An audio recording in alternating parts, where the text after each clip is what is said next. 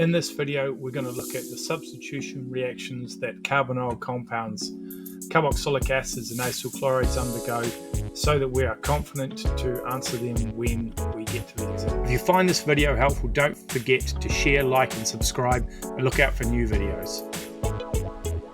Okay, so let's look at the substitution reactions of carbonyl compounds.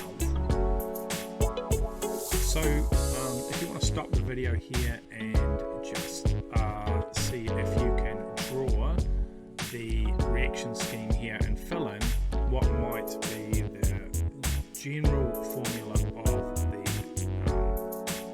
compounds that would be made here. So here we have, of course, an acyl chloride has the functional group with a carbonyl group, a C double bond O and a Cl coming off.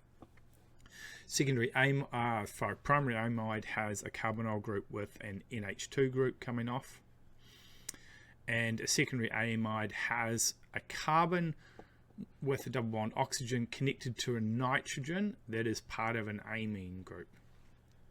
So substitution reactions are the reactions that move from carboxylic acid chlorides to amides, both primary and secondary. So we'll look in more detail at these. So substitution of carboxylic acids. If we take a carboxylic acid and we add phosphorus pentachloride or phosphorus trichloride or thionyl chloride to it, we are going to, the chlorines that are abundant in each of these molecules will substitute out for the OH. So we do produce other inorganic products here, but I'm not interested at the moment going through that. You can search those up.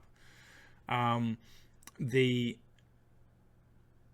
actual change that's happening here is just this part of the functional group at the end here, the OH. The OH is getting swapped out for the chlorine. It's going from a carboxylic acid to an acid chloride. Now there's a really good reason why we want to turn carboxylic acids into acid chlorides. Acid chlorides are very reactive molecules and they're very useful as precursors or starters for other organic reactions to make new molecules. So they're actually very useful, and it's very nice that we can make them by adding these reagents to carboxylic acids. Right, acid chlorides or acyl chlorides, as I said, are very useful as they're very reactive. And of course, if I took an acyl chloride and I just put it in water, if I drop an acyl chloride in water, it's going to react immediately, and as it touches water, it's just going to go, it's going to fizz, you're going to hear it. It's actually a definitive test for acid chlorides. So if you take an organic compound and you drop it in water and it fizzes, it is an acyl chloride or an acid chloride. Now what happens is the OH from the H2O replaces the chlorine and the hydrogen get together and they form hydrochloric acid. So if I really wanted to test whether this was an acid chloride, I would take a drop of the acid chloride and I would add it to water, and then I would have a damp piece of blue litmus paper just sitting above the solution, and if it turned red, and it would, if this was an acid chloride or an acyl chloride, it would turn red because the hydrochloric acid that is evolved or comes off as a gas would hit the damp blue litmus paper and turn it red. So that's our test for an acid chloride. And this is a substitution reaction because we're substituting the chlorine atom for the hydroxy group. So we can do the same with ammonia. So if we add ammonia to an acyl chloride, and usually we'd add it dissolved in alcohol, because if we had it dissolved in water, of course the water would compete with the ammonia to react with that part of the molecule with the chlorine.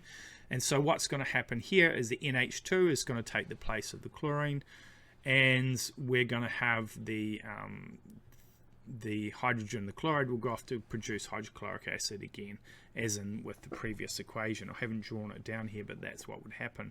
So this molecule we've made here that has the carbonyl group and the NH2 group in the same place, this functional group is called an amide, and it's a primary amide because this nitrogen here that is an important integral to the amide has one carbon attached to it, so this is a primary amide. Okay, so we can carry out a reaction of acyl chlorides with amines. So this is called a condensation or a substitution reaction.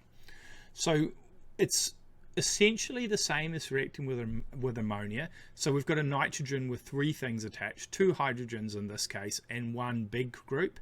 With ammonia, it was three hydrogens. So what happens is the nitrogen is still going to replace the chlorine here, and the chlorine will take one of the hydrogens away.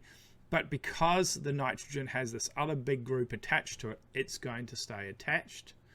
And now we have this compound here that is quite significantly larger, and we have this small molecule. Now this is called a condensation reaction because we remove a small molecule, and if the small molecule we remove is hydrochloric acid or if it is water, sometimes it condenses on the inside of the glass reaction vessel. That's why it's called a condensation reaction.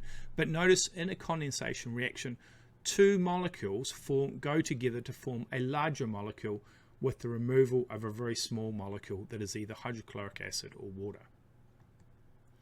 We've had this acyl chloride and amine group coming together to form what is now called a secondary amide. Now the reason it's called a secondary amide is because the nitrogen here is attached to two carbons. Remember, the primary amide, the nitrogen was only attached to one carbon.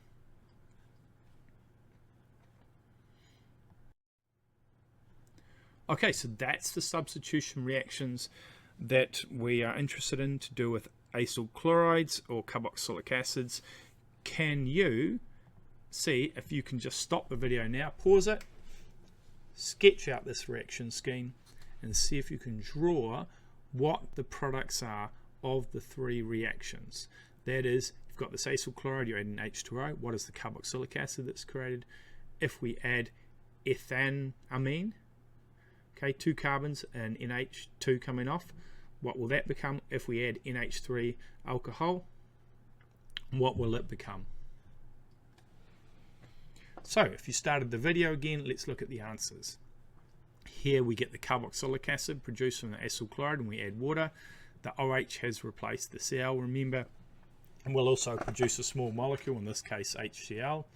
If we add the ethanamine, then we get the H removed and the Cl, it goes away to make HCl, and we connect the ethanamine to the carbonyl group, and here we make this amide bond here.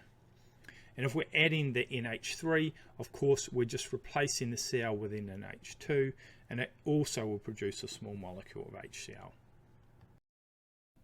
Okay, if you've got to this part of the video, you've obviously watched all the examples that I had on those three questions. Hopefully this has fortified your understanding of geometric isomers, and you are now well prepared to go and attack that exam.